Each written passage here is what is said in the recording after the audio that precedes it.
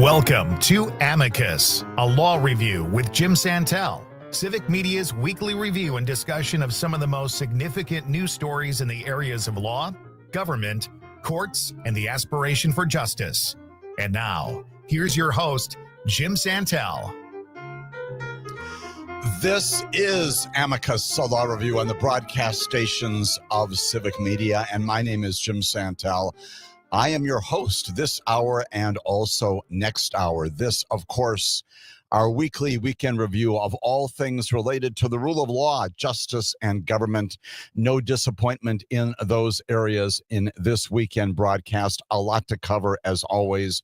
Delighted and honored that you have chosen to spend some of your weekend with me and my producer, Max, where together we're always taking your questions, your inquiries, your comments, your observations. That phone number here at Civic Media is 855-752-4842. One more time, that's 855-752-4842. Max always reminds me that you can drop your comment or your inquiry also into the Civic Media chat box, and we will take a look at that and make certain your voice is heard on this broadcast. Once again, a lot to cover.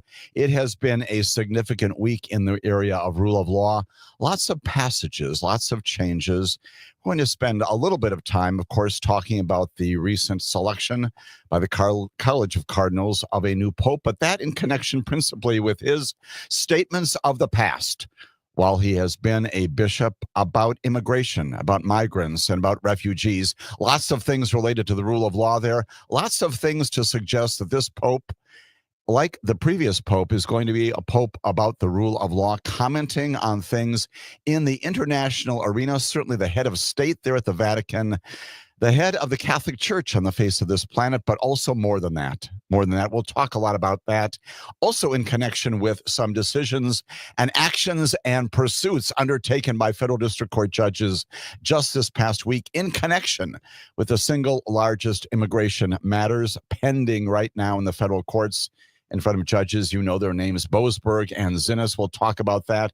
But we're going to begin this hour in focusing on another court, and that is the United States Supreme Court.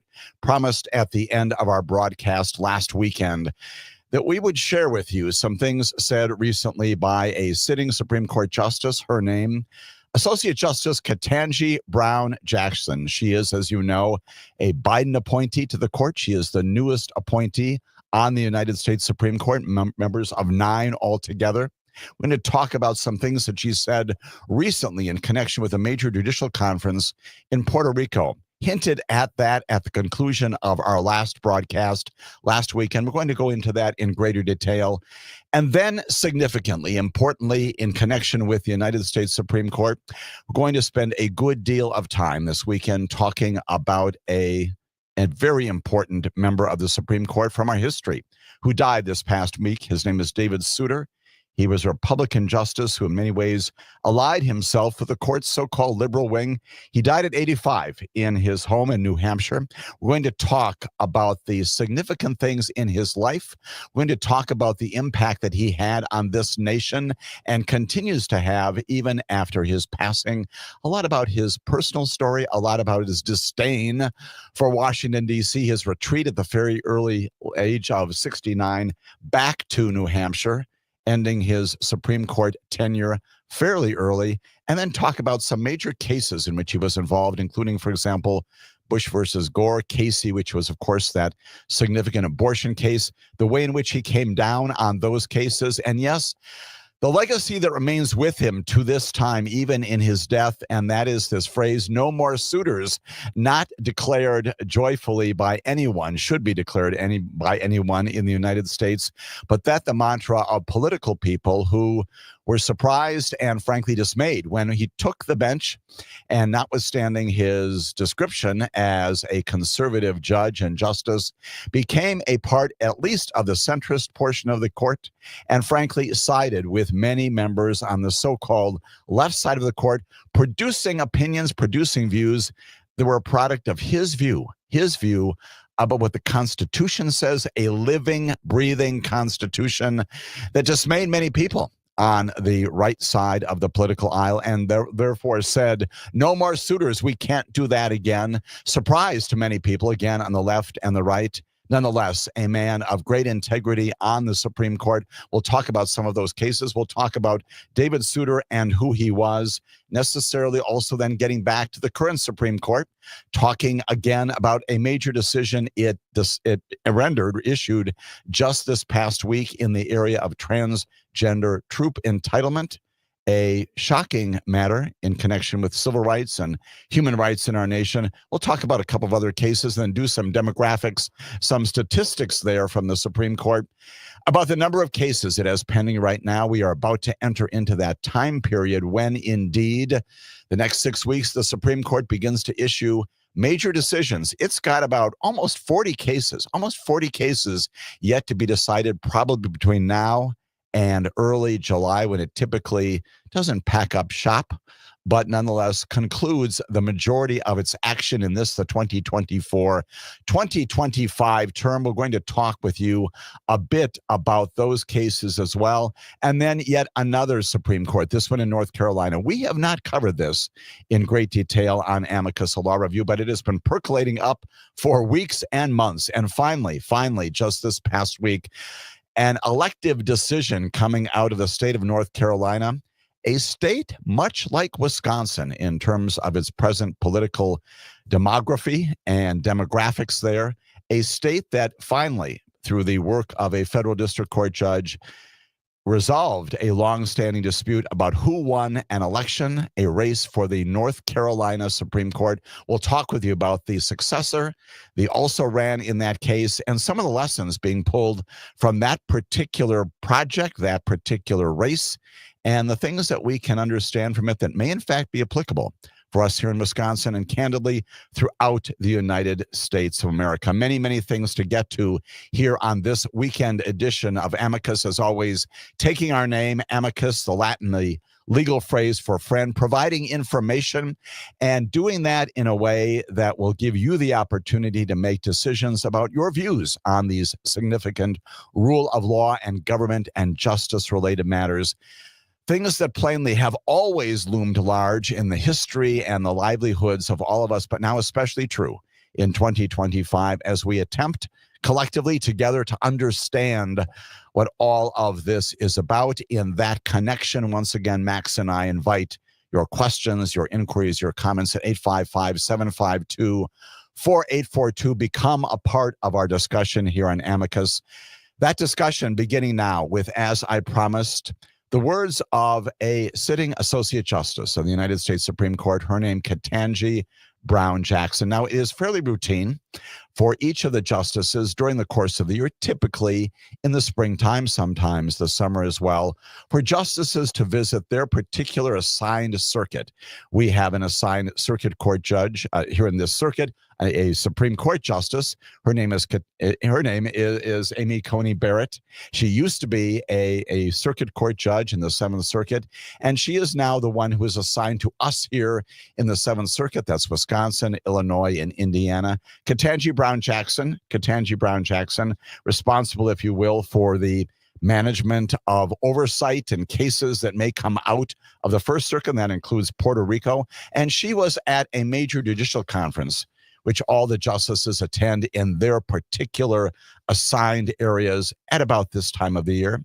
She went there to Puerto Rico and she forcefully condemned the attacks, although she did not use his name, plainly speaking about the attacks by President Donald Trump and his allies on judges, attacks on the judiciary, and talked about the consequences of that continuing assault and described the hostile rhetoric and the potential impact that it has, not just on the political fabric of America, but also on the judicial fabric of our nation as well. This is what she said. She said the attacks, again, not identifying the White House by name, but she said the attacks are random. They seem designed, she said, to intimidate those of us who serve in this critical capacity. She went on to say the threats and harassment are attacks on our democracy, not just on the courts, on our system of government, and they ultimately risk undermining our Constitution and the rule of law. Words that are very reminiscent of the words issued in those scathing dissents by the Supreme Court justices back in July of last year, responding to the decision of the Supreme Court to find that a sitting president has immunities from prosecution. You recall well that Elena Kagan and Sonia Sotomayor, colleagues of Ketanji Brown Jackson, issued these opinions talking about the same kinds of things, the threat to democracy and the concerns, the fears that they had about the future of our nation. Those kinds of messages, the important non-hyperbolic messages being conveyed by Ketanji Brown Jackson. Again, she did not mention Donald Trump, our president, by name, but she said she was addressing the elephant in the room. A clear, unmistakable reference in this judicial conference to that belligerent language. And she called specifically upon all of us to push back on that and say this is not what we're about. She urged her judicial colleagues to show raw courage, those words, raw courage to dispense justice without fear of the results of doing that, pushing back from the bench in the writings and the things that the justices and judges say. She said this, I urge you to keep going, to keep doing what is right for our country, and I do believe that history will vindicate your service. Now, these unusually pointed comments in about an 18-minute address, again, presented to judges in the First Circuit meeting there in Puerto Rico. She went on and she said, it seems as though every time I read the news or turn on television these days, I see affronts. And she went on to say that, of course, she knows that loneliness. She said, I do know the loneliness that you experience. She said, it is very stressful to have to decide difficult cases in the spotlight and under pressure. It can sometimes take raw courage, she said, to remain steadfast in doing what the law requires. An affirmation that we are a nation of the rule of law is what she is articulating. She pointed to similar attacks on judges who had issued controversial decisions during the civil rights movement and in the Watergate scandal, those predecessors of hers in the Supreme Court, in the appeals courts, and the district courts. She urged her colleagues once again to take inspiration from those important examples. She said this in concluding her important remarks to the judges of the First Circuit, the practitioners of the First Circuit. She said, other judges like us have faced challenges like the ones we face today and have prevailed. A call to prevail in America by Ketanji Brown Jackson, our newest Supreme Court justice, speaking to judges, speaking to all of us here in America in 2025. When we come back, we'll hear about another justice of our history, his name, David Souter. Stay with us for that analysis and that review of his tenure on the United States Supreme Court.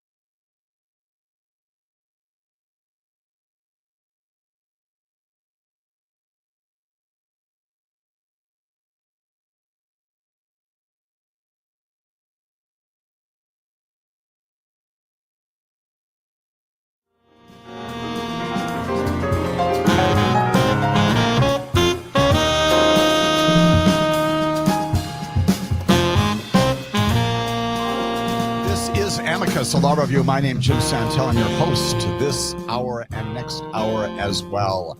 As we talk about history, but also talk about the lessons we pull from that history, we're going to necessarily, appropriately, decently spend a good deal of time now talking about former Associate Justice David H. Souter. His life stands as lessons to all of us about predictions about how judges act and behave and the way in which they decide cases. I'm going to talk about the importance of what he brought to the Supreme Court, talk about some of the specific engagements he had on some major landmark cases that many of our listeners will recall well, and then talk about the broader legacies that his life provides for us here in 2025. David H. Souter is from New Hampshire, of course, named to the Supreme Court by President George H.W. Bush.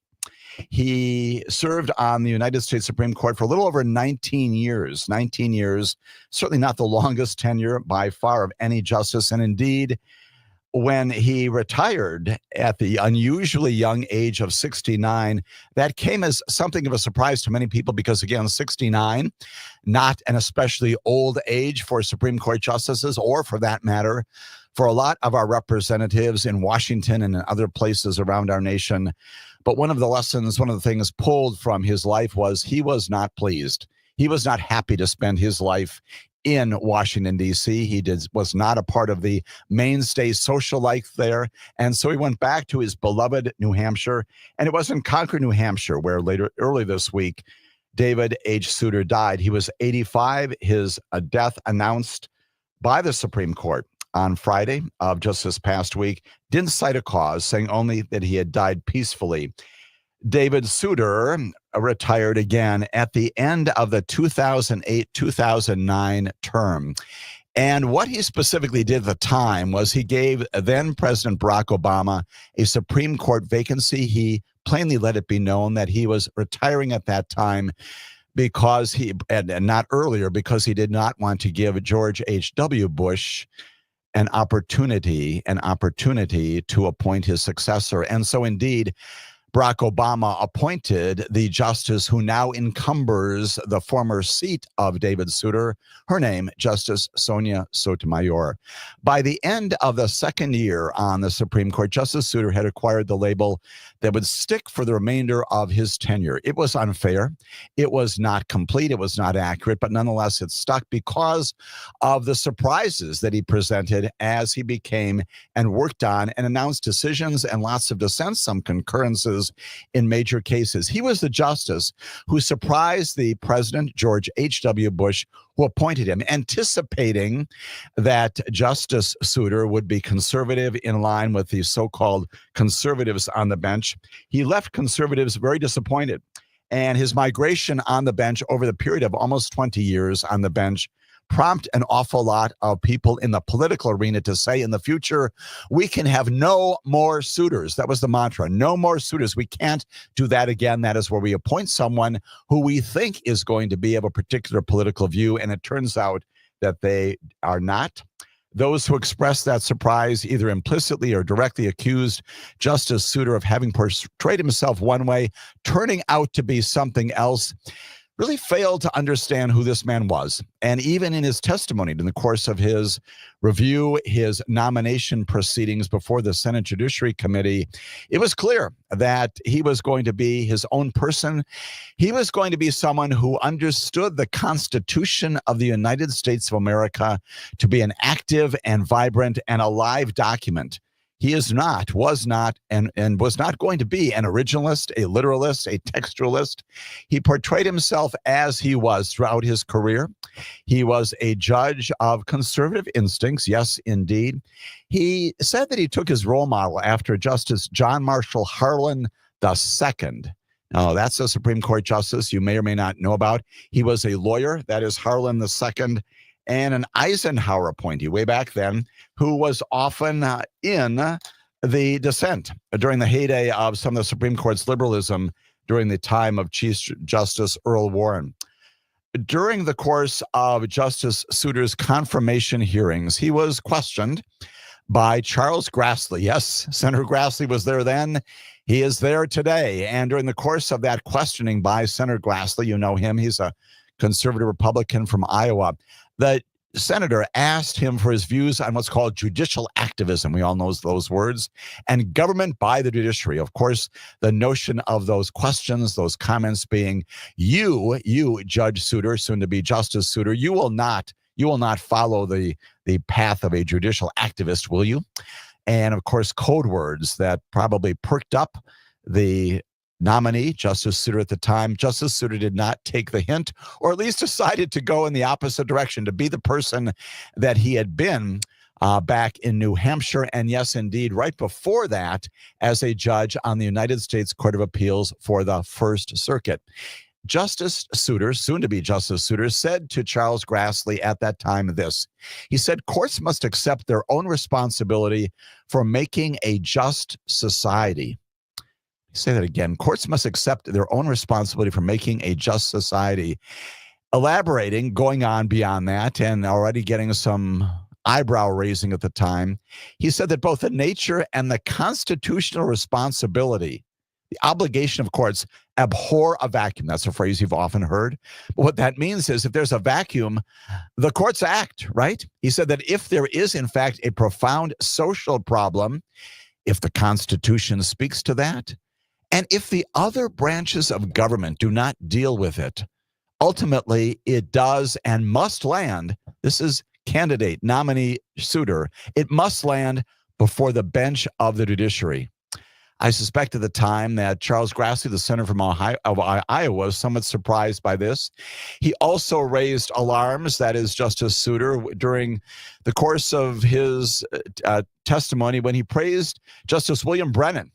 And that, of course, a justice, a court's liberal leader who retired earlier, at the age of 84. Justice Brennan would be remembered as one of the most fearlessly principled guardians of the American Constitution that we've ever had and ever will have. That's the way that Justice Souter described Justice Brennan as a previous member of the Supreme Court. During the course of the time on the Supreme Court, again, that independence of Justice Souter, that notion that he is going to be a judge interpreting and understanding a living constitution came to life. And yet there were hints, not only in that nomination procedure, but also in the 12 years before that. He had been a state judge in New Hampshire. He was on the bench. He knew what he was doing. This was someone who's eminently qualified. And during the course of that time, as he did when he was on the Supreme Court, wasn't giving speeches. He wasn't writing articles. He wasn't taking positions on any hot button issues out there.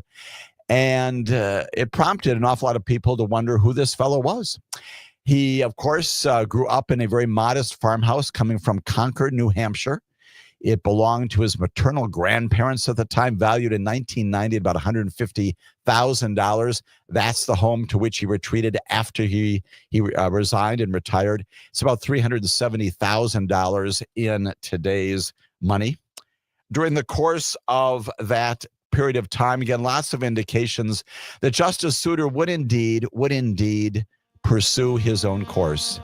And when we come back, we'll talk about that course and the ways in which Justice Souter defined for himself and for the nation his view about what a Supreme Court justice should do and be, interpreting the Constitution as it needed to be required in the contemporary terms. All of that coming up on Amicus, a law review.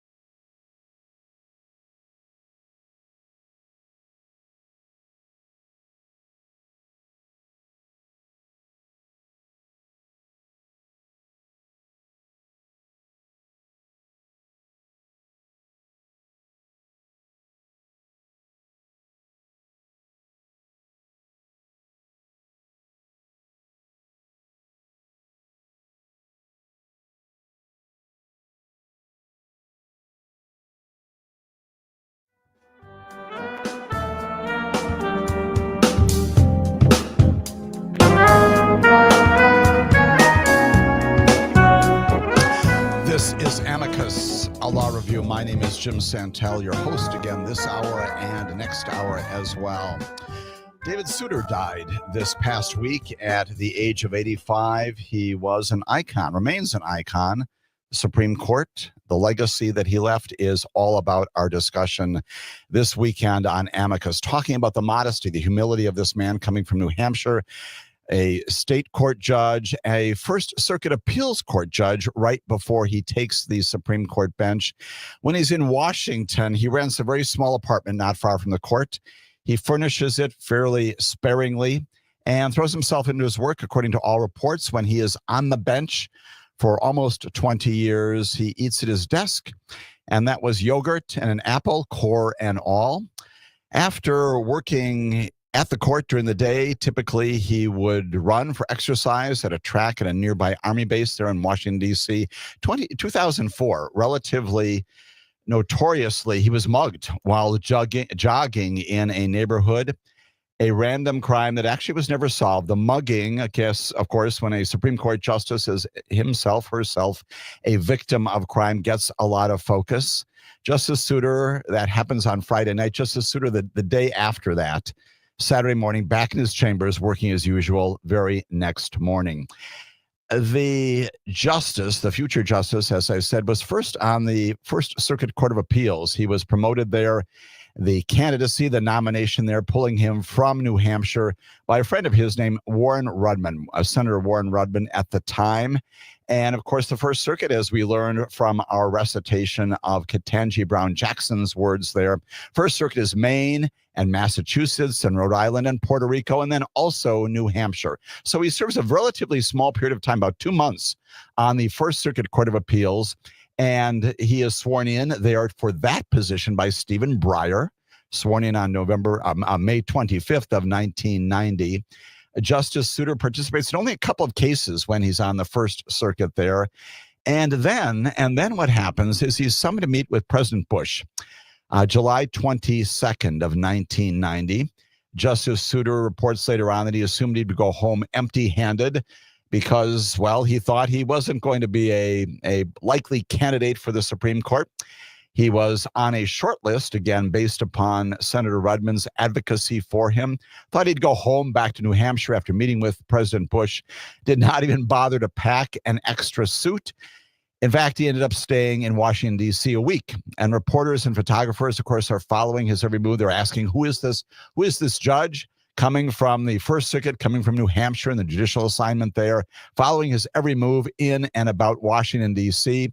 He pays the obligatory courtesy calls on members of the Senate, as it's clear that the president has nominated him to become a Supreme Court justice. One of the reporters at the time notably asks him, says, Judge Souter, how does it feel to be plucked up from obscurity? And the soon-to-be Justice Supreme Court Souter says, I didn't realize I was that obscure. He returned home on Friday, proclaiming it had been the worst week of his life. Well, the weeks and years that followed may or may not have fallen in that same category.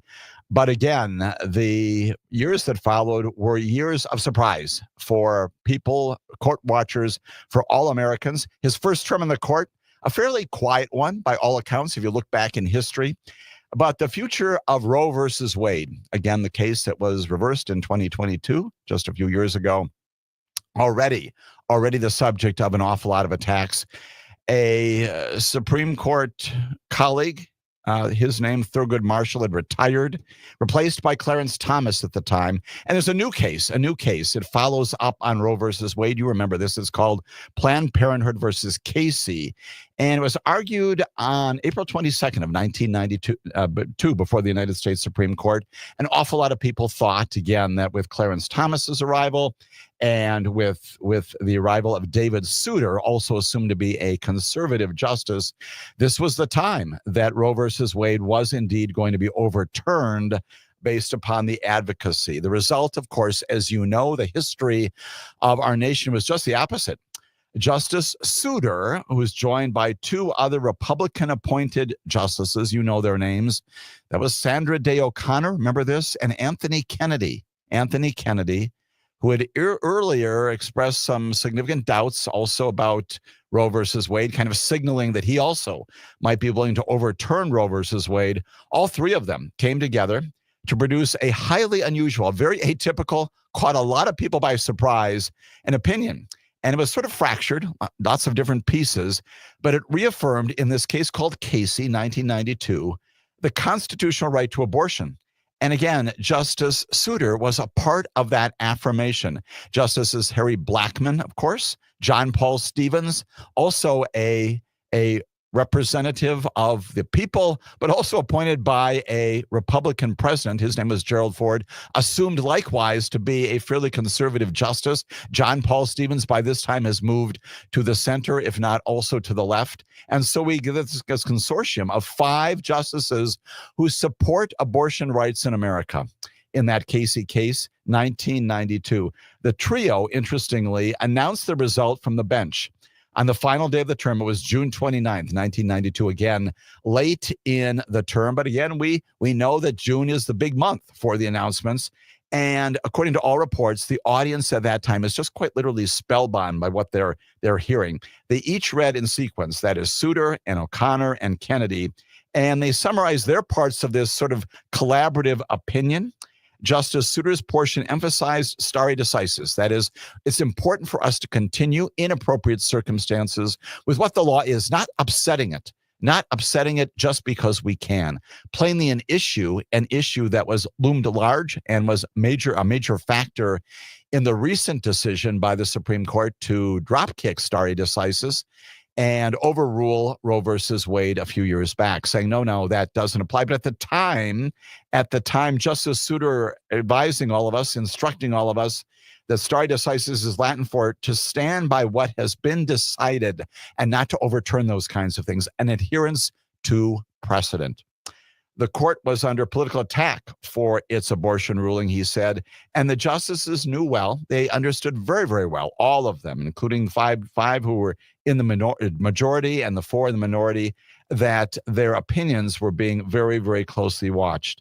And yet, all of that highly predictable based upon what Justice Souter had said during his confirmation hearing. During his other comments, again, about the notion of a living constitution, that we are all alive in contemporary times, and the law, while it should not be fractured, should not be thrown around, nonetheless should respond to the political times, the reality times in which we live. Another major event in the life and the history and the presence on the Supreme Court of Justice Souter comes with Bush versus Gore. His alienation from the conservative side, his movement toward the center, and then frankly to the left, again, prompting an awful lot of people once again to say, no more Souters. We can't do this again, getting a justice who is not, it turns out, what we thought he was. We know that during the 1990s, Chief Justice Rehnquist is pursuing his so-called federalism revolution in a series of 5-4 rulings at the time. The court is looking at what the Congress across the parking lot is doing, and it is addressing whether federal laws can stand, specifically federal laws related to the work of state governments. And Justice Souter, in connection with a whole series of cases there, writes a whole bunch of dissenting opinions at the time. And he also writes some dissents from rulings that open the door to greater accommodations in religion, in public life. All very interesting, this movement from the Justice Souter that everybody thought we knew to the Justice Souter who is on the bench. His most bitter moment, however, as a dissenter, comes in Bush versus Gore. You all know what that's about. This is the hotly contested election between the Vice President, Al Gore, and again, the governor of Texas, George Bush. A 5-4 decision ultimately from the Supreme Court that ended, remember this well, this disputed Florida recount. The Supreme Court there in the state is directing that officials there, the state election commission, the counting continue to try to figure out who exactly got the most votes in Florida. We know in the end, based upon post-decision and post-election review, that actually Al Gore won the majority of the votes. It was just a few hundred votes, 600, 700 votes in that state. But at the time, it was unclear. And the question was, should the counting go on? Should the attempt to try to make this precise go on. And indeed, the Supreme Court issues this 5-4 decision in that hotly contested 2000 presidential election, saying, stop the counting, freeze things where they are right now. And at that time, George Bush had a modest lead in that counting process. Well, David Souter, again, according to later accounts, watched. He said he was appalled as the court accepted jurisdiction of the appeal by lawyers for Governor Bush from Texas, who was, again, ahead in this process just by a little bit for Florida's 25 electoral votes. It was important, as a major news station at the time said, is Florida, Florida, Florida, right? That was Tim Russert. You may remember that well. And everything in 2000 depended upon how Florida went. 25 electoral votes to Al Gore would have given him the presidency. 25 to George Bush would have given him the presidency. The Supreme Court comes along and says, stop the counting, mold everything, put everything in place where it is right now. And for that reason, the electoral votes and the presidency go to George Bush in Bush versus Gore. With the December 12th deadline looming for the selection of electors, again, as we normally do, we talked about this again just recently, not too many months ago, in the wake of the 2024 election, a December 18th date set for the Electoral College then to meet, right? They get together and they come together and they determine exactly what the overall count is. The court's focus on all this intensifies. And on December 9th, the justices voted 5-4 to issue a stay of the statewide recount, stop that counting in Florida that had begun just hours earlier. You may recall well, those of you who were watching this at the time, an awful lot of furtive activity. The case was argued on the morning of December 11th, decided in favor of Governor Bush, of George Bush. Late night on December 12th, the nation was riveted to all this. And in dissent, Justices Ginsburg, not surprisingly, Justice Breyer, Justice Stevens, and yes, indeed, David Souter. They all wrote separate dissenting opinions at the time. They expressed support for one another's dissenting opinions. Justice Souter, what he does is he drafts his dissent in longhand. That's the man who is on the bench from New Hampshire, this at the core basic human being on a legal pad, he says. And in contrast, the opinions of some others, including Justice Stevens. Justice Stevens at the time all but accused the majority of a cynical political act. And many still view that as just that. Bush versus Gore, of course, viewed and stated in the very opinion that it has no precedential value. The Supreme Court, the majority says, we're issuing this opinion, but don't use it in the future. A stunning thing for a court to do. Stevens seizes on that, as do the others, and say, this is politics, raw politics at the time. Stevens says, if the nation's confidence in the judiciary will be shaken by this, we're the guardians, he said, of the rule of law. And this cannot be. But Justice Souter, again, joining in the other dissents at the time, his tone more tempered. That's the justice. He says the court should never have taken the case in the first place. He says our customary respect for state interpretations of state law counsels against rejection of the Florida court's determination in this case. Once again, making his own way, following that exchange with him and Senator Grassley at his nomination, saying, no, I've got to make decisions based upon the law and the facts. At the time, again, a source of great concern for Justice Souter, not because he felt his opinion was wrong, but just because he was appalled that his colleagues would take this case in the first place. And one of his biographers, that is Justice Souter's biographers, later on wrote that there were times when David Souter thought of Bush versus Gore and wept as a result of that.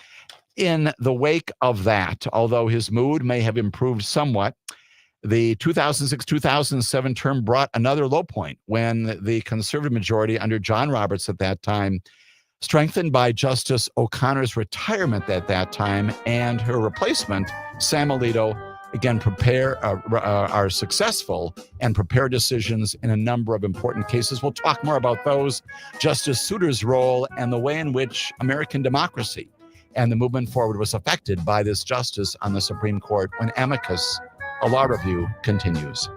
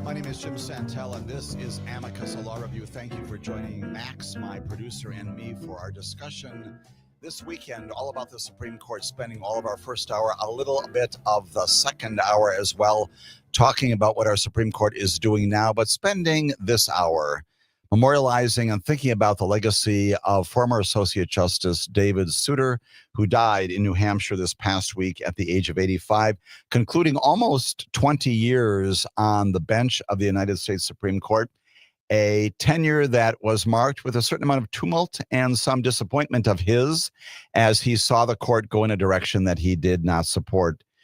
During the 2006-2007 term, another turn and a strengthening of the conservative majority under John Roberts. Again, Sam Alito joins the bench previously, and along with Justice O'Connor's retirement, herself a centrist along the way, Justice Souter watches as the court moves more clearly into a conservative mode. In one relatively minor case, it is fairly obscure, but it's important to the litigants as always, a case called Bowles versus Russell. 5-4 majority opinion, finding that a prison inmate's appeal was filed too late. You're out of luck. You can't pursue those claims because your petition is too late, even though it was safely inside a deadline, a limit imposed by the rules that a federal judge had mistakenly given him. The prisoner relies upon, frankly, some legal advice, probably improperly given to him by a judge, and the prisoner relies on that, files his petition a little bit late. And in that case, the Supreme Court 5-4 says prisoner is out of luck and cannot seek the substantive review that the prisoner wanted. Justice Souter, in dissent, describes not just his disagreement with the majority, but also goes on and talks a lot about who he is and the reasons why he's so dismayed by all of that, deeper issues beyond just the singular issues in this case. He said this, he wrote, "It's intolerable for the judicial system to treat people this way." David Souter, again, writing this relatively obscure case, but speaking volumes, right, about what he really thinks about what's going on. He told friends during this period of time that he really wanted to retire, but did not want to create another vacancy for President Bush to fill. And that's why, as reported earlier, he sent his retirement letter to President Obama in May of 2009, a few months after President Obama was sworn in as the president. What happens? He goes back to Concord. He kept a chambers there. He sat for several weeks for many years with his old court, the First Circuit Court of Appeals in Boston. At one point, when he was asked, "Do you want to do some traveling?" he said, why would you need to travel overseas when you've got Boston? He loved that area. He loved his home. And he kept chambers once again there in Concord, New Hampshire. He involved himself in New Hampshire life. He was on a state commission to improve civics education. And yes, indeed, he spent a lot of time talking, as did Sandra Day O'Connor, about the importance of civic education in America. There's an absolutely wonderful, wonderful interview with him. It's about an hour long, but there's a 7-minute portion of it in which he talks to the interviewer all about the importance of civics and the concerns that he has for a nation that is abandoning its understanding of civics and what that leads to. And he talks about the emergence of a strong man or a woman who could say, because people don't understand civics, let me all do it for you. Let me take on all these responsibilities, rely on me exclusively. If you don't know how civics works, Justice Souter argues, that's the kind of thing that concerns him. That leads, as he says, to the end of the republic. He could not possibly have known at that time about the ascendancy of our current president, elected president twice. He serves on this commission about civics education, and he also made it clear that he was going to be a person of academics as well. Man who loved books, overwhelming his own home. He gives his papers to the New Hampshire State Historical Society with the stipulation they remain closed for 50 years after his death. So it's going to take a while before we see exactly what he wrote. He receives an honorary degree from his alma mater, Harvard. And during that course of his speech, the kind of thing that's going on right now in places at colleges, universities, and other institutions around the country, he offers a very heartfelt observation about constitutional interpretation, going back to the things that he said when he was appearing for his nomination, his review commission hearing before the Senate Judiciary. It's very sobering. The Constitution, he said, embodies not just one idea. Here we go again, right? That's exactly what he said when he was on the court. That's exactly what animated his time on the First Circuit and as a judge back in New Hampshire. The Constitution has many ideas and a pantheon of values, he said. Not just one idea, a pantheon of values. He said the notion that all constitutional law lies in the Constitution, waiting for a judge to read it, is simplistic. You need to understand it. You need to apply it in the contemporary terms, he said. Such an interpretive approach, he said, diminishes us when you do it that way. That is, you diminish the importance, the meaning of a living constitution when all you do is say, look at the text, look at what the originalist might say would be the original intent of the writers of that text. You diminish all of us, he said. That David Souter. After he retired, again, he actually sold that farmhouse. He moved into his townhouse in Concord. And the reason he explained was because that old house could no longer support structurally the great numbers of books that he had. He moves into town. And he says, reading history is a cherished pastime. He says, history provides an antidote to cynicism about the past. History provides an antidote to cynicism about the past. What a great epitaph. David Souter, a justice of the Supreme Court. It's important we take lessons from that. Why? It underscores for us things that are important, hugely important today, right? We can't always predict how justices will decide, how judges will decide cases. And that is why, on a relatively recent and current basis, I somewhat bemoan this notion that we need to describe all judges and justices by who appointed them, what president, what their conservative or liberal policies may be, because they surprise us sometimes, and that's been the history of the Supreme Court. We also look to Justice Souter and people like John Paul Stevens and others who take on these assignments on behalf of the people and say, yes, indeed, I'm a person of the Constitution, but I serve the people in this all-important role. He talks about the rules that Ketanji Brown Jackson spoke about just a few weeks ago, that you don't attack judges based upon the substance of what they say. You can, in fact, criticize them, but the role of judges is to be impartial, and it is to apply things in a contemporary world premised upon the law and the facts. That's what Justice Souter was all about. That's what he articulated in his dissents and in his opinions throughout his career. We celebrate the life and the tenure on the benches by Justice David Souter, American, here on Amicus, a law review.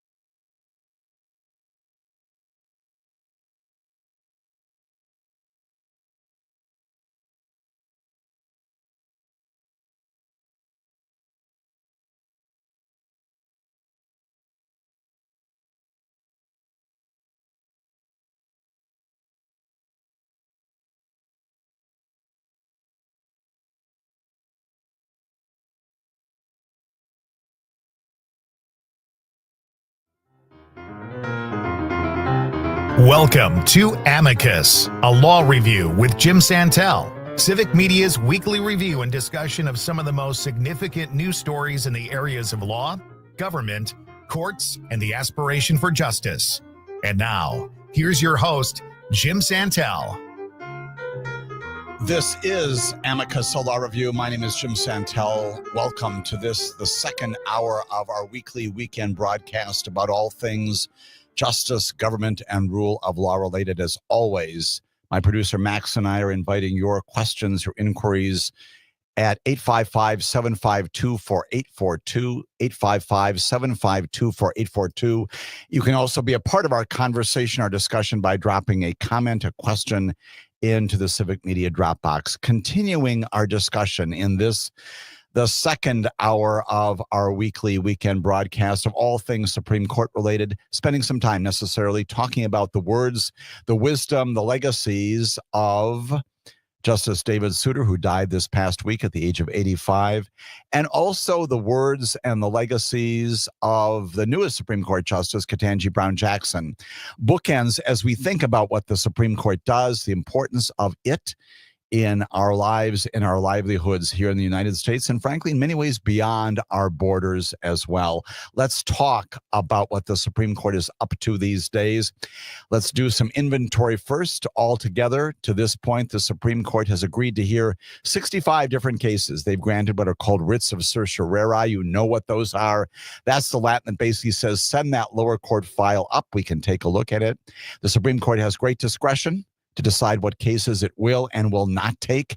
And often in their very decisions not to take cases, they're doing significant things in the litigation. We'll talk about one of those cases coming up here in just a moment or so. This past week, we know that the Supreme Court continues to be actively working on about 38 more cases yet to be decided. They, believe it or not, issued about 27 cases altogether. It is important to recognize what some of those cases are all about. For example, in recent weeks, many things that do not make the headlines, but important to litigation in America, important to issues that are important to people who are a part of our citizenry. A case in late April called Advocate Christ Medical Center versus Kennedy. It was all about the calculation of Medicare compensation to hospitals and how you go about determining within that calculation whether patients are entitled to cash benefits through the SSI program. Again, sounds fairly wonky, very specific, but in the end, it's important. 7-2, the Supreme Court affirms the lower court. It comes out of the D.C. Circuit Court holding that when calculating Medicare fractions, an individual is entitled to the supplementary security income benefits for the Medicare fraction when they're eligible to receive a supplementary security income benefits cash payment during the month of their hospitalization. Again, a lot of detail there, a lot of application of a regulation, but basically a victory, if you will, for the beneficiaries of SSI income. Supreme Court 7-2 ruling in that particular case. Here's another one, again, that doesn't fall into the broad scope of things on the headlines. This case is Feliciano versus Department of Transportation, involves the government plainly directly. It concerns, again, some calculations, some math, some arithmetic, and again, the word differential comes up, differential pay statute. This time it has to do with civilian federal employees who are also in the armed forces, our military service, people there in our military forces. There's a statute that ensures that civilian federal employees who are also part of our troops, reservists, are paid at their higher civilian rate than their lower military rate during their deployment. In other words, you're deployed, you're called up as a reservist. Which salary do you get? The one that is the lower military pay or the higher civilian pay? 5-4 opinion. The Supreme Court reverses the federal circuit, which is a circuit that sits there right there in Washington, D.C., and holds that a federal civilian employee called up to active duty according to any other provision of law during a national emergency, has to be triggered by that, is entitled to differential pay without having to prove that their service was substantially connected to some particular emergency. Case goes off on the circumstances under which this differential can be applied. And once again, it is a victory for our military forces, our who are also civilian employees during the course of their non-reservist duties. Again, 2 cases coming up, not a lot of attention to those, but significant to indicate that the Supreme Court issues and takes up and argues about a lot of cases that are significant in understanding how our agencies work, how the executive branch works, how the legislature works as well. In that context, we have talked about this before. It is important for you to mark your calendar for this coming Thursday, May 15th. Much to my surprise, much to the consternation, the concern of many people in America, the Supreme Court has decided and did grant certiorari, decided to take up this absolutely ridiculous notion advocated by my president that the 14th Amendment passed in the wake of the Civil War to address the status of the newly emancipated, now citizens of our nation. What was their status? What do we do with all of these people who are residents here of America? The 14th Amendment obviously follows upon the Emancipation Proclamation of the President Abraham Lincoln. 14th Amendment nonetheless makes clear at the time that all of the slaves are now citizens, former slaves are now citizens of the United States of America, and establishes that principle clearly going forward. It says this: all persons born or naturalized in the United States and subject to the jurisdiction thereof are citizens of the United States and of the state wherein they reside. Goes on, of course, to talk about that equally important language that talks about privileges and immunities and no one being denied life, liberty, or property without due process, no denial within the jurisdiction of the nation without equal protection of the laws. That's the language that is typically pulled from Section 1 of Article 14 of our Constitution, again, passed in the wake of the Civil War.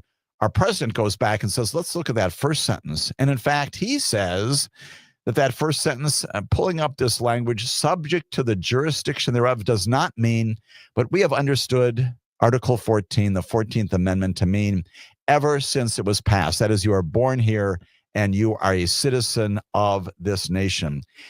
The Supreme Court, again, has taken up the lower court rulings that have unanimously said, yes, indeed, that interpretation that we've long known to be the case, that's the right one.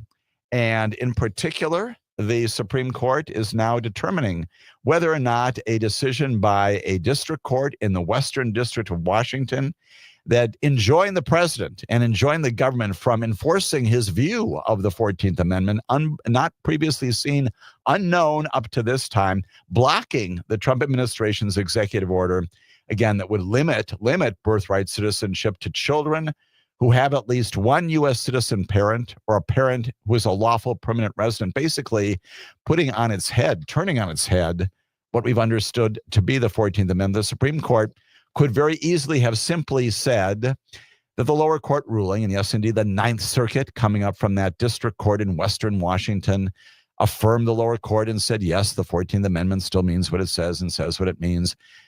They could have just left it where it is. They could have said, no, we're not going to take that up. We believe that lower courts are correct on that, but they didn't.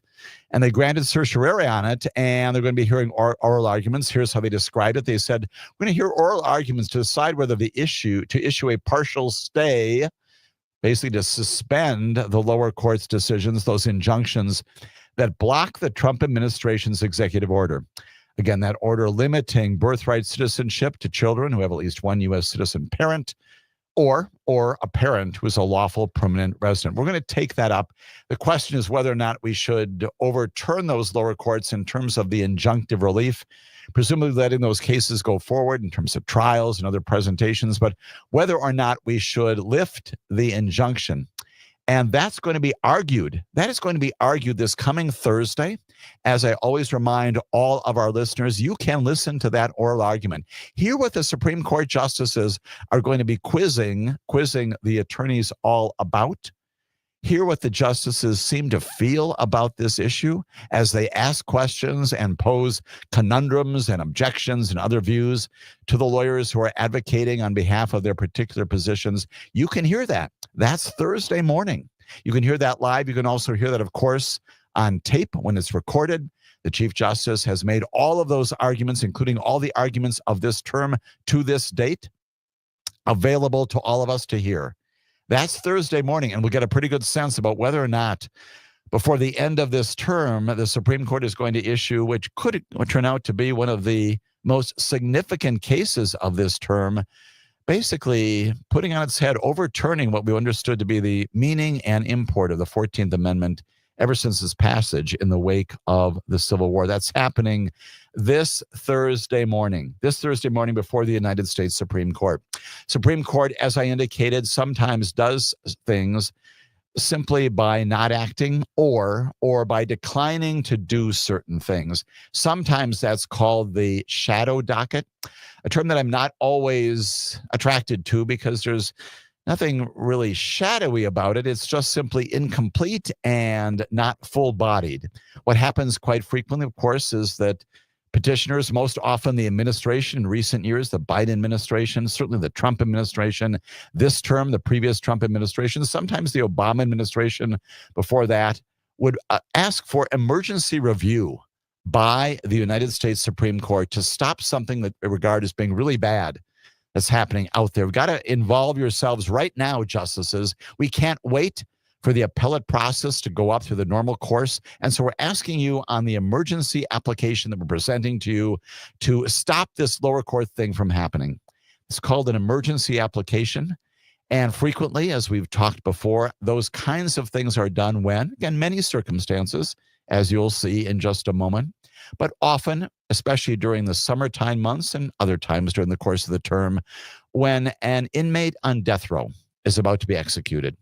And the petitioners on behalf of that death row inmate petition the Supreme Court and say, look, one more time at this. There's something about the lower court proceedings, state court proceedings most typically, could be a federal case as well, but most often state court proceedings that, again, denied this petitioner, this person on death row who's about to be sentenced to death, and that sentence imposed upon him, imposing the death penalty in the next few hours or even days.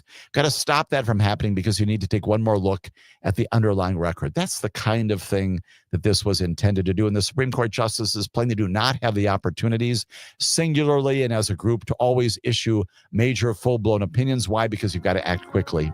When we come back, I'll tell you about how that happened, that particular process, in connection with the president's ban on transgender troops, what the Supreme Court did and did not do just this past week that, again, changes the nature of our United States military. That coming up here on Amicus, a law review.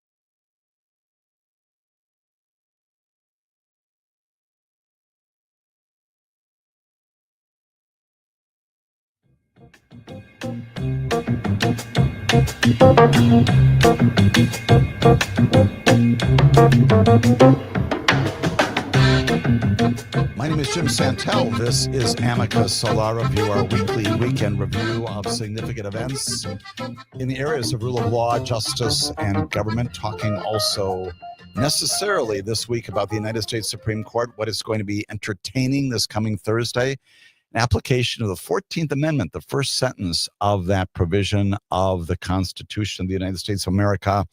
Also reviewing something that it did decide just this past week in its so-called emergency docket. Supreme Court ruling just this past week that the Trump administration, Donald Trump, the White House, can in fact can in fact start enforcing its ban, its prohibition on transgender troops serving in the United States military. It had been blocked by lower courts. The ruling coming out of your United States Supreme Court is brief. It was unsigned, giving no reasons for it, thus the term shadow docket, not without the usual articulation of reasons for doing this. That's typical when you have this kind of emergency action. Raises the issue about the reasons for consistently going to the Supreme Court on these kinds of things and not letting the lower courts completely resolve them, completely address them, creating a full record for the Supreme Court. This particular decision by the Supreme Court permitting the Trump administration to go ahead with its ban remains in place while challenges to it at the lower courts move forward. So you've got a couple of things going on here. Significantly, not surprisingly, as we talk about the ways in which we understand various justices. Once again, you've got Justices Sonia Sotomayor and Elena Kagan and Ketanji Brown Jackson also noting dissents to that, upholding the ban on transgender troops, but they give no reasons. They also just simply note that they would dissent 6 to 3 rather in this particular disposition. The case, of course, as you know, you recall this well, the first day of President Trump's term in office, he issues an executive order, and it revokes an order from President Joe Biden, who then was no longer president. The Biden executive order had let transgender service members serve openly, as would any other service members at the time. Again, the president, Joe Biden, saying that there's nothing about the evidence, nothing about anything in military service that would indicate that the presence of transgender troops in any way compromises the integrity of our military, affects operations, affects our capacity to provide service and defend our nation. Nothing about that. No empirical proof that there's anything to suggest that the presence of transgender troops compromises the military at all. And the current president reverses all that and says this, among other hugely offensive things. He issues an initial order, follows up with a second order saying this, says the adoption of a gender identity that's inconsistent with an individual's sex conflicts with a soldier's commitment to an honorable, truthful, and disciplined lifestyle. That language has been plucked up, of course, by people who are not only offended by it, this notion that somehow if you are transgender in any sort of life, that somehow you're not honorable or truthful or disciplined in your lifestyle. The Defense Department, of course, turns around, immediately implements Donald Trump's order in February. It issues a policy requiring transgender troops to be forced out of the military, leave, go away. And it is significant, of course, along the way that this is argued not only based upon the offensiveness of the reasons for this, but also the fact, once again, as President Biden found in his executive order permitting this, that it is a good thing for the military to have diversity, including transgender military members. Noting along the way there are about 4,200 current service members. That's 0.2% of the military are transgender. The Supreme Court order, again, comes, as we all know well, in the broad attacks of this administration on transgendered rights, already seeking to bar transgender athletes from sports competitions. We've seen that. Trying to force transgender people to use bathrooms designated for their sex assigned at birth. All those kinds of things also percolating up and down in the courts. And we know as well, based upon our discussions here on Amicus, justices are soon going to decide the fate of that Tennessee law. We talked about this recently that bans transition care for transgender youth. And that, of course, was challenged in a case brought by the Biden administration. Trump administration comes in and flips the government's position after an executive order, again, at that point, directing all the agencies to do what? To undertake steps to curtail surgeries, hormone therapies, and other transition care for people under 19 years old. So we get back to the military issue. Again, just this past Tuesday, there were 7 active service members, as well as a person who sought to join an advocacy group who sought to block the policy, saying that it ran afoul of the Constitution's Equal Protection Clause, again, 14th Amendment, saying that you're treating people who are positioned similarly differently. One of the plaintiffs, Commander Emily Schilling, she began transitioning in 2021 while she was serving in the Navy. Naval aviator for 19 years, as long as Justice Souter was on the bench. She's flown more than 60 combat missions, Iraq, Afghanistan, spent $20 million on her training, the Navy has, and they've gotten the benefit of her remarkable service. In March, this is where this case comes from. There's a federal district court judge, again, in the capacity of the injunction function that we've sometimes talked about. Benjamin Settle is his name, Settle, Federal District Court, Tacoma, Washington. That's the Western District of Washington. He's a trial court judge there. Issues a nationwide injunction at the time, blocking the Trump administration for doing this, banning the executive order entered by President Trump and using Commander Schilling as an example of why this policy is so incredibly flawed and unsupported by evidence. The judge at that time says there's no claim and no evidence that she is now or ever was a detriment to her unit's cohesion or to the military's lethality or readiness, or that she is mentally or physically unable to continue her service. Justice Settle goes on to say there is no claim and no evidence that Schilling herself is dishonest or selfish, invoking the very language of our president, or that she lacks humility or integrity. Goes on to say, yet absent an injunction, again, enjoining stopping the president from doing what he wants to do, she will be promptly discharged solely because she is transgender. Interesting, again, we shouldn't have to do this, but we necessarily do in this time of partisan review. A Judge Settle, appointed by President George W. Bush. He writes that the government has failed to show that the ban was, in words, substantially related to achieving unit cohesion, good order, or discipline, specifically rejecting what the president has said he's trying to do here. And he says, we've got to give military decision-making some deference, but it would be an abdication, a complete abrogation of our responsibility as judges to ignore what he calls the government's flat failure to address the plaintiff's uncontroverted evidence that years of open transgender service promoted those objectives. United States Court of Appeals, the Ninth Circuit, that's where the Western District of Washington is located, goes up on appeal to that circuit. A panel there refuses to block Judge Settle's ruling, says we're going to review this in greater detail, but we're keeping it in place, can't act, Mr. President.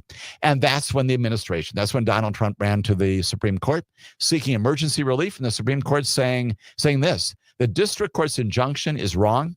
The Ninth Circuit, likewise, wrong in all this, cannot be squared, the president said, with the substantial deference that the department's professional military judgments are owed. That was presented by your government to the Supreme Court.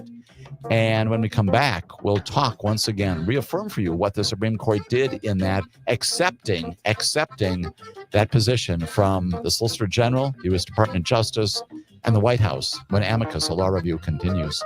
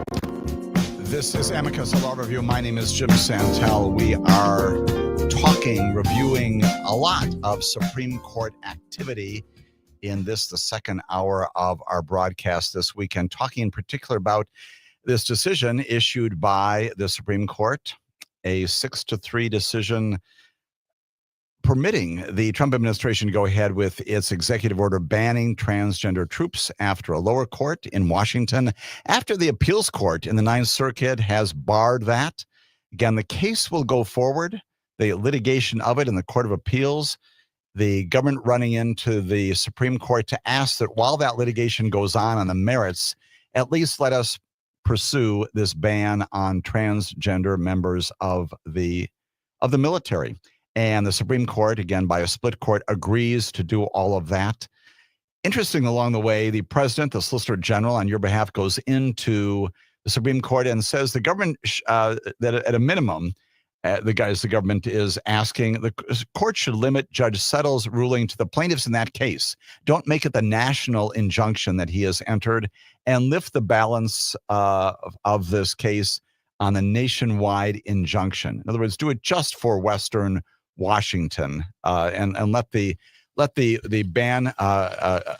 ban go into place for the rest of the country. The court opted for a much broader approach, pausing the injunction entirely, and lawyers for the challengers, of course, reacted with huge dismay, as have others. Again, bemoaning the fact that the Supreme Court has taken this up at all, and again permitted the president to go ahead and pursue this ban for which there is no evidentiary support whatsoever.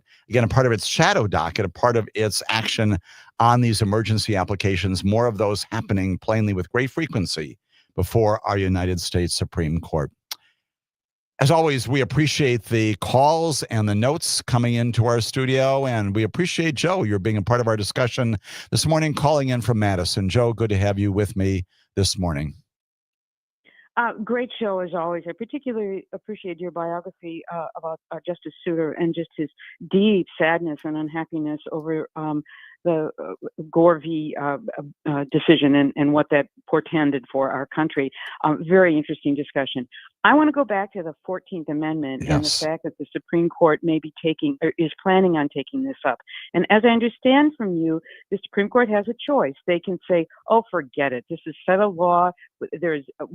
Our time is limited. We don't take every case that comes before us. We take our cases because there's something particular that we want to understand and parse through. So they're choosing to take this 14th Amendment. So, Jim, I apologize for my stupidity, but I was reading through this article on CNN Politics. The title of it is How the Modern Supreme Court Might View the 14th Amendment and Birthright Citizenship, if anyone wants to go pass through it. Good. I'm stupid. I thought that this whole thing came about, for the 14th Amendment after the Civil War said that African Americans who are born here are citizens. So it was a way to affirm that. This case, though, as I understand about birthright citizenship, came from 1898, and this was a Supreme Court decision that had to do with a man who was born to Chinese nationals. He's 21 years old. His name was Wong King Ark. He lived in California, born here in California, and as I understand it, he chose to leave to visit relatives or friends, whatever, in California, and he had paperwork that said, I am a United States citizen. People attest to this. And then he came back, and there was another court case that said, yes, you were born here, you're an American citizen. Right. So, you got 100 plus years of this. And my question is, as I understand it, the 2 points that Trump wants to take up on this, he wants exceptions for, as I understand it, 2 new categories of individuals. Now, as I understand it, it's if you're the son or daughter of foreign diplomats, forget it. And also, if you are the son or daughter of an invading army, parents in an invading army, you can't gain citizenship. Okay, I got that. But he wants to say that if your mother wasn't lawfully present in the U.S. and your father wasn't a U.S. citizen or permanent resident, no go. Or if your mother was in the U.S. on a lawful but temporary visa, like a tourist or a student visa, and your father is not a U.S. citizen or lawful permanent resident, no go for you either. The question I would bring up is, why in God's name would the Supreme Court want to take this on? Yes, right. Like it's just opening up a quagmire. Absolutely. Because, first thing that I would say is, couldn't a single mother claim, oh, the child's father is a U.S. citizen? You know, he was a soldier at a soldier base, at an army base, and gee, I can't remember his name, but by God, he was an American citizen.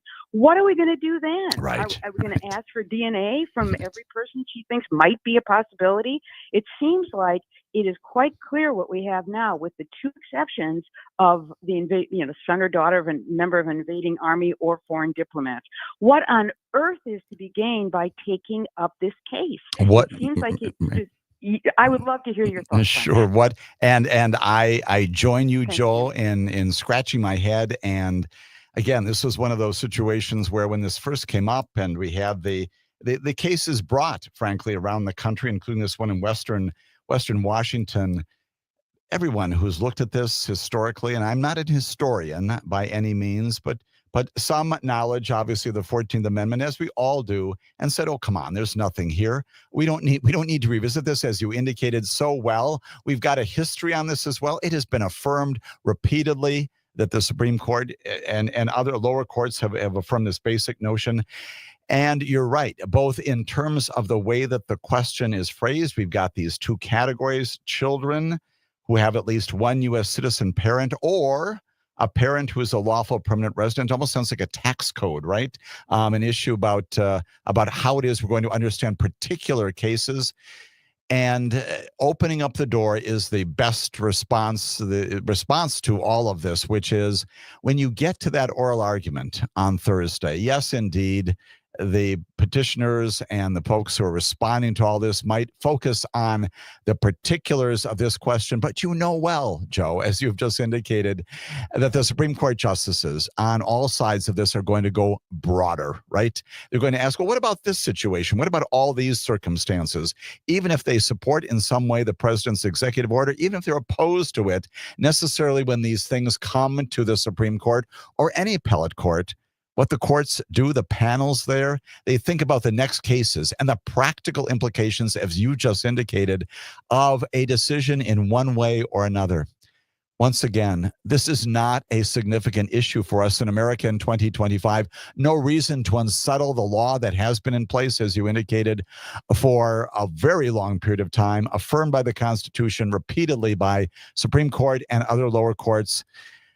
We do not know. Maybe there will be some clues during the course of the oral argument on Thursday about why this case was taken at all. And that's the lesson. That's the takeaway. Had they simply said that when the lower court on February 6th of this year decided this case, and the Ninth Circuit then subsequently affirmed it, nothing more to see here, and we leave it alone. They didn't do that. And so the answer, Joe, fundamentally to your question, will come on Thursday, or maybe sometime in June, when the Supreme Court will issue its opinion. Fascinating and concerning at the same time. Joe, thank you so much for your comment, your observation, your history as well. Lots of that in this edition of Amicus, a Law Review. We know as well that there are other Supreme Courts out there. Those are state Supreme Courts, right? And although we haven't spent a lot of time talking about this, another significant thing happened in connection with a state Supreme Court just this past week. And that is finally, the much contested race for the North Carolina Supreme Court was resolved when a federal judge stepped in and said, I'm putting an end to all of this. And indeed, I'm going to direct the state election board there in North Carolina to certify the election to an incumbent. Her name is Justice Allison Riggs, who defeated a challenger. He's an appeals court judge. His name is Jefferson Griffin. The defeat was fairly close in a couple of follow-up recounts. 734 votes out of about 5.5 million votes cast in North Carolina. Close. A reason for recounts, plural. In the end, what the appeals court judge did, that is the contesting challenger to sitting Justice Riggs, he pursued every avenue here, went back into court multiple times, raising issues about the legitimacy, about 68,000 voters overseas, whether those were legitimate, raising questions about 300 other voters he maintained were never residents of North Carolina. All of that unsupported by the facts, unsupported by the law, basically trying to argue that the law should be amended to permit or not permit those ballots to go forward. All of that rejected ultimately by a federal district court judge who said, no, you can't change the law after all of this has happened. He directs the state election board to certify the election, to place Allison Riggs, or keep her in place on the North Carolina Supreme Court. And along the way, interestingly, the Attorney General of North Carolina says this. His name is Jeff Jackson. He says that Judge Griffin's challenge was an attempt to twist the law to reverse the outcome of a legitimate action and election. This attack didn't work, the Attorney General said, but there's a real risk that other losing candidates might try the same attack in the future. Now, in fairness to the story, Judge Griffin has conceded. He said, I'm not going to contest this anymore. But the Attorney General's comments are concerning. It's the reason why we're taking it up here on Amicus, and that is because, of course, it's significant. You've got an appellate court there, the Supreme Court in North Carolina. It is the last one since last November to be certified in the entire nation. That's how long this has taken. That's how long the litigation has gone on, including an appeal to the very state Supreme Court that this was all about. Significantly, during the course of that, Justice Allison Riggs did what? She recused herself. That's what justices and judges should do. All of this taking a huge amount of time and also sending messages around the country, right? The reason why this is so significant is because it does indicate that if you raise issues unsupported factually that are not premised upon the law, you can extend these kinds of things, and maybe eventually, as Judge Griffin did get a little bit with the state Supreme Court, a little bit of support for the view that, well, maybe we need to take a look at some of this a little bit more. You can, in fact, suspend the ultimate decision of the voters. Here, very narrow, a few hundred votes. But you can do that over a period of time that provides uncertainty about what the future will bring. The other reason why this is so important is not only for lessons around the country, bad lessons, that after recounts and after maybe a singular piece of judicial review and a court has taken a look at something and decided, nope, there is nothing here to see, or in those instances where there is something, that there is a remedy once for judicial action, then we bring it to conclusion. That did not happen here. This was extended and prolonged litigation. In the end, again, Judge Griffin conceded bringing this to an end. But it also speaks to us here in Wisconsin because like North Carolina, we are a purple state. Interestingly, North Carolina both went for Donald Trump, the president, in the last election, November of 2024, and at the same time elected a Democratic governor. Much like North Carolina is Wisconsin. We have decisions at the polling places that place senators and other representatives of both parties in important positions. We, too, are like North Carolina in the composition of our voters. And for that reason, too, especially as we look to another election to our Wisconsin Supreme Court coming up in 2026, this may or may not be a playbook coming out of North Carolina, but certainly is something that warrants our attention, our focus, and the review that we're doing here on this broadcast to understand what did and did not happen there in North Carolina. Evidence plainly of the way that courts should resolve things and the decisiveness that ultimately has to come in the end to bring those kinds of things to conclusion. Connection with all of that, let's go back once again to the federal courts and provide some brief updates on what's going on in those cases involving, yes, indeed, the Venezuelan immigrants. 238 of them approximately still in that high security prison in El Salvador. We know that judges Paula Zinnes and James Boasberg just this past week continue to pull their hair out over the representations and misrepresentations and decisions by your Department of Justice, lawyers before them, not to provide the information that the judges are asking for from the government. When we come back, we'll tell you more about the status of those cases still unresolved in our federal courts. And we'll finish with a reference to the new Pope and the things that he has said about refugees and immigrants and migration on the face of this planet. All of that when Amicus, a law review, continues.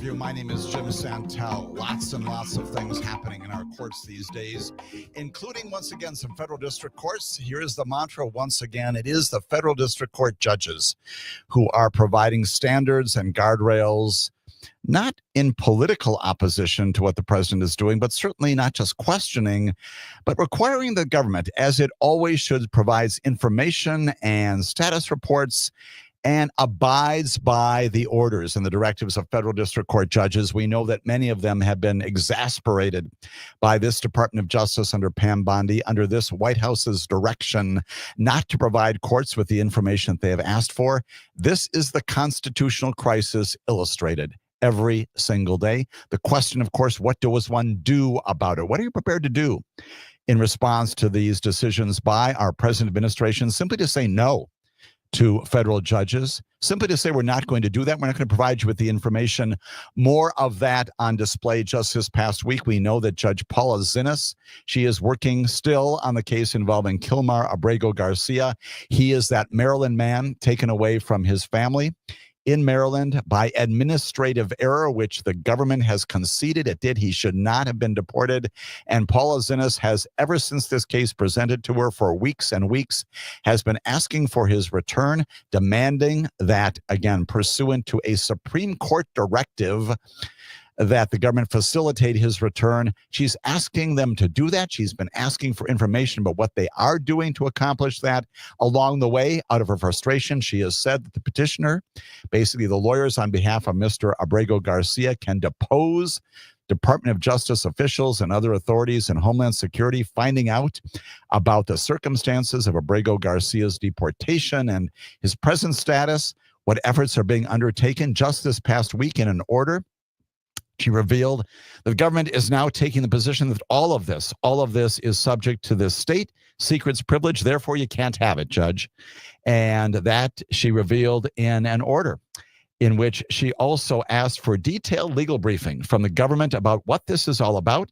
She has commanded the Department of Justice give her more information about why we're now invoking this. Secretary of State Marco Rubio, you know who he is, Homeland Security Secretary Kristi Noem, Attorney General Pam Bondi have all endorsed the invocation of the state secrets privilege. Basically, there's something so important to the national security that we can't tell you about Mr. Abrego Garcia, and she wants to know more about that. That is Judge Zinnes. She has once again been expressing on the bench her incredible frustration, probably also approaching a contempt citation at some point if she doesn't get the information she wants. That's the constitutional crisis that's happening in a court in Maryland. It does prompt an awful lot of focus, once again, upon checks and balances, and the breakdown of that right now. Across the river, we've got Judge James Boasberg. He's the chief judge of the district court, who likewise is beyond frustrated in similarly getting non-answers. Just this past week, of course, the judge notes that he had seen the judge saying in that interview with the media that I could get Abrego Garcia back from El Salvador, and I can do just that. He went on to say that as the president, the government lawyers do not want to help bring him back. The president went on to say, I was elected to get murderers and drug dealers and the worst people on earth out of here, and the courts are holding me from doing that. In another interview, stunningly, shockingly, affirming this constitutional crisis that is afoot in America now. The president of the United States of America said, in response to the question about whether or not you have got to uphold the Constitution, he said, I don't know. All of that prompting Judge Boasberg, who sees that, to ask the attorneys before him this. Was the president telling the truth when he said he could pick up the phone and have Mr. Abrego Garcia be released or not? Basically saying, why isn't this done? Again, in Paula Zinnes's case, nonetheless, why is the president not acting, again, pursuant to the directives of the Supreme Court? And the attorney named Abhishek Kambli says, Your Honor, that goes towards the president's belief about the influence that he has. Who knows what that means? And Judge Boasberg, again, goes back to a concept of constructive custody, which is also looming large in this, or custody of a person not under the government's physical control, but actual control, and goes on to say, didn't the president just say last week that he could in fact, secure the return of Abrego Garcia? And again, the government not respond to that. Boasberg goes on to say, so transferring, again, the people in the case before us, these 238, to this high security prison in El Salvador without process that the Supreme Court has now directed them to do. It says due process requires that you, that is the attorney appearing in front of me, you've essentially admitted that their rights were violated. That's Judge Boasberg questioning the attorney in front of him. If they're in constructive custody, then what's the remedy? How do we get this resolved? And before the judge concluded the proceeding, part of a habeas corpus proceeding, challenging again the Alien Enemies Act, the judge appeared ready to rule. He's again indicating great frustration here. He said that he will probably issue an opinion on all of this, presumably expressing his frustration, but also on this issue about whether or not the Alien Enemies Act applies at all. We know there are 3 other district court judges who have similarly made the decision that the law under which all of this is happening is not constitutionally applied here. Why? Because we're not at war. Because this is not an invasion, because the very predicates for invoking the law are not here. And again, Judge Boasberg very likely to issue that opinion as well, as he continues to be hugely frustrated with the government in the back and forth there about why it is those 238 people have not been returned here for due process that's been directed, that the Supreme Court has said they're entitled to. It is stunning to note that the members of his administration, including now Stephen Miller, have talked about recently suspending the writ of habeas corpus. That is beyond a dramatic rule of law crisis in America if that happens. We hope that that's not sincere. But once again, it is the kind of thing that all Americans should be attentive to. And similarly, the new Pope, attentive to all these issues related to immigration. We know that during the course of his first statements in St. Peter's Square, he said this: we must seek together how to be a missionary church, Pope Leo XIV said, a church that builds bridges and dialogue and is always open to receive, like this square. He's talking about St. Peter's Square with open arms. In previous iterations on the social media, this Pope, while he was a bishop, has also talked about similar things out there. And some of it's attributed to him by virtue of his reposting articles. He has talked, for example, about the suffering caused by immigration policies as set forth in other articles that were likewise posted previously by him. The authors of those articles saying things like, is your conscience not disturbed?